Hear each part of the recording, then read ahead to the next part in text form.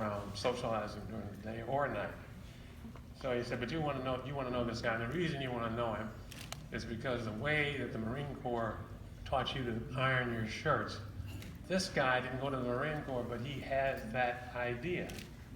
So he said, but look, I'll go under one condition, that we stay for 5 minutes, because I've got to be back. He said 5. So we go down into the streets of Manhattan. We walk up to 58th Street to the General Motors building, and on the 62nd floor, I met Clarence Jones. There, he was an investment banker, and you have to understand something. I was determined from the time I was about 12 to be an investment banker. So I had my eye on him anyway. So the guy, he takes me over to meet him, and I said, Clarence, this is more than fortuitous. This is the break. I had to see someone doing what I want to do. And he said, well, now you've done it. And I said, no, yes, I need some other verification of his skill set. And he said, what do you want? I said, I need to know exactly how good this guy is. So he said, why don't you call up Miles and ask him? This is Miles Davis, whom we both know, shared friends. And I lived in Paris. I lived with Miles for some of the time I was there when I was working. Some of the time I was out in the world of Paris. There were groups of black professionals all over Europe, and we all knew each other. And so it was in a time when knowing that person saved you from the pressures of the process you were in. You were in a process that was totally negative to you, totally without any caring about anything that you did, but we had Clarence. And if you need to understand how big he was, I was the chief strategist on my way along for Lawrence Rockefeller. And one night, at about 5 in the morning, he calls me, he says, Tony, you've got to go down. There's some guy we have to help out. Whatever you want, sir. So I jumped in the car, we went down to one of the branches they let us in, and he took the bail money for the riders. You know, the bus riders were not protected, but they were supported by this process and this, what I call the above ground railroad that we had. And we all had each other, and everybody worked together. We have none of that anymore. You know, we think we've progressed, we've gone backwards. As I can tell you things that, you know, there was never anyone who would ever jeopardize their own process by dealing with anyone unfairly. And the Rockefellers were one of those people. They did not tolerate it. And that's what you have to have. And you have to have it up and down. And I think that what Clarence represents is that he was one of the guys that fostered the understanding. He had the philosophical basis to teach what it was that had to happen. And people respected him because he was an outstanding person at what he did. You know, he's not only a lawyer, but he has a sense about music that I've never seen. Some musicians don't understand music the way he does, the harmonies and the melodies, but he has it. And he plays the clarinet. He would never tell you that, but he plays the clarinet.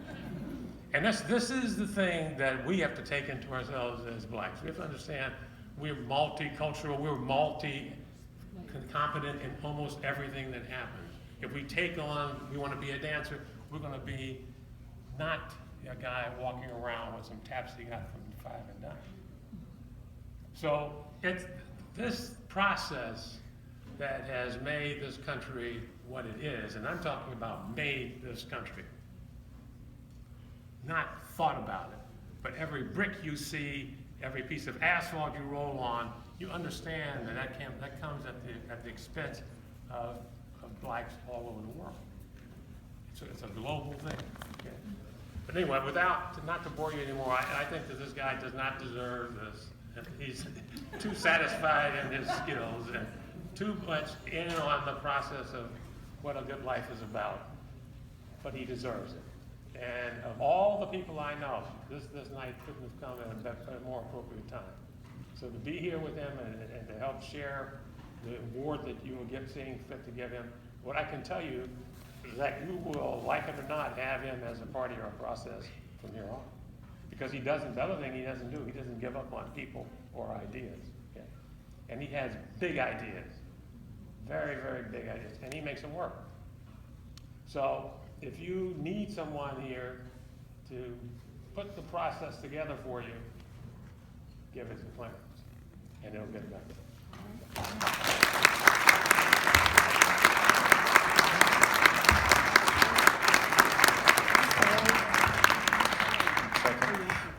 So, you know, life is a series of events. And Clarence, you must have an amazing life because we have to have two people to give you a series of events. So we're going to ask Mr. Jonathan Greenberg to come in and give us a little bit more on Clarence.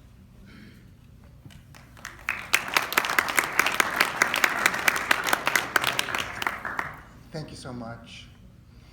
So it is truly an honor for me to be contributing and to add to Anthony's comments. It's an honor for me to be a friend of Clarence Jones and to have Clarence be a dear friend to me and my family. And I want to talk a little bit about history. This is the theme of tonight, that history matters. Black history matters because Black history is American history. And American history matters because American history impacts the history and dynamics of the entire world.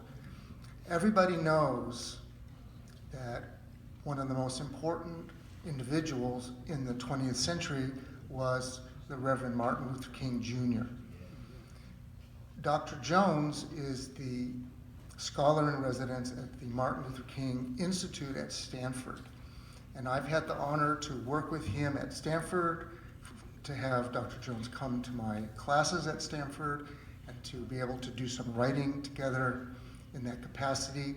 And also, many people may not know that Dr. Jones teaches for years as a professor at the University of San Francisco. The reason that he is the scholar in residence at the Martin Luther King Institute is because of the unusually important and close relationship that he had with Dr. King. If anyone's heard Clarence Jones give a speech, you've probably heard him say the following, that in the 12 years and 4 months between January 1956, which was the launch of the Montgomery bus boycott, and April 4th, 1968, when Dr. King was assassinated, with the exception of Abraham Lincoln and the Emancipation Proclamation, it may be that no individual or event impacted the United States towards social justice and freedom than Martin Luther King Jr. in the 400-year history of the United States. So that's something that is distilled that Clarence likes to remind everyone. But what he does not remind everyone is that Martin Luther King Jr. could not have made that impact on history in the way he did without the support, advice, friendship, and collaboration with Clarence B. Jones.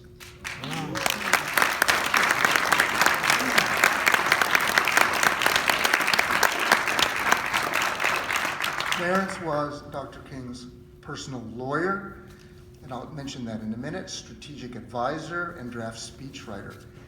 History matters. We know that Dr. King changed history, and because of his relationship with Dr. King, Clarence Jones changed history. Starting with the early time when he was recruited by Dr. King, when he was interested in a very successful law practice and was not a civil rights activist. Dr. King came to visit California, and I'll very briefly tell the story, tried to persuade Clarence to join his legal team because he was fighting a tax fraud that was a sham, trying to discredit him. Clarence said, "Thank you so much, but I have an active practice." And Dr. King said, "Could you just do me one favor, come to my sermon at the church nearby?" And he said, "Of course I'll come." He came to the church, and the topic for the sermon that Reverend King gave was the responsibility of Black intellectuals and professionals for the civil rights movement.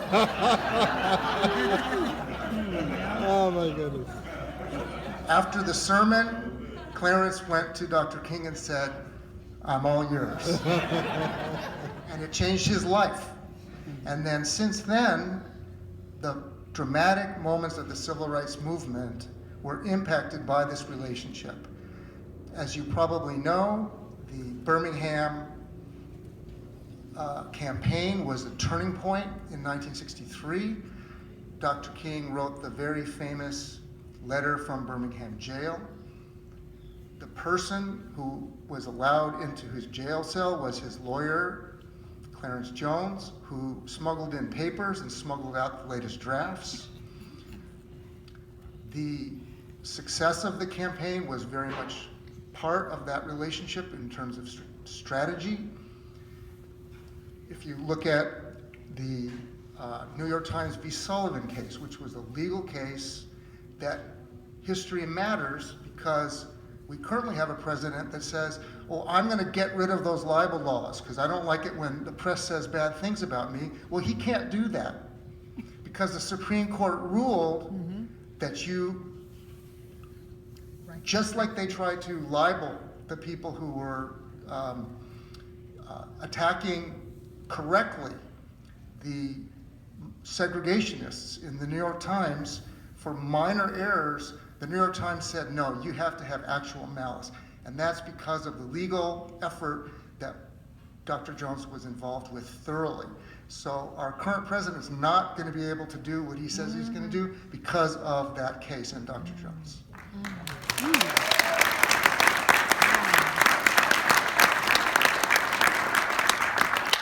There was a telegram in Selma, Alabama to the President of the United States trying to highlight the urgency of that moment in history. At the time, as you know, of the Pettus Bridge and the march, we need to have federal troops protect the marchers. That telegram on behalf of Martin Luther King came from Clarence B. Jones.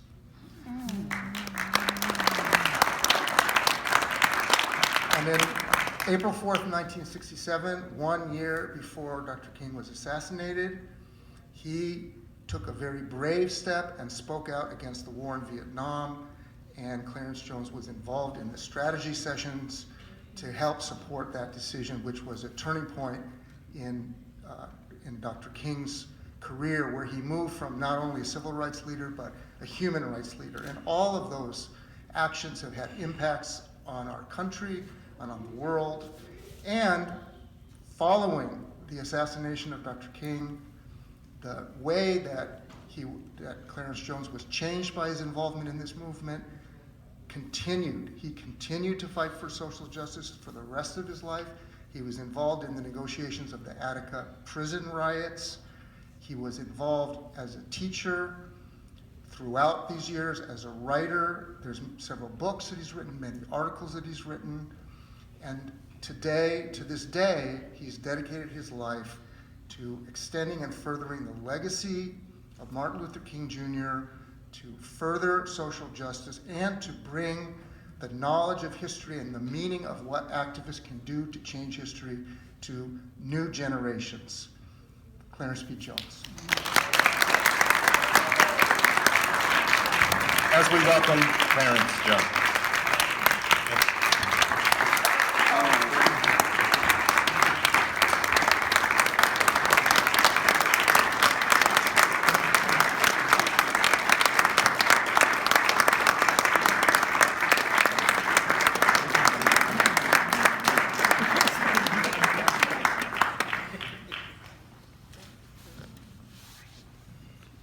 Got the councilwoman behind you.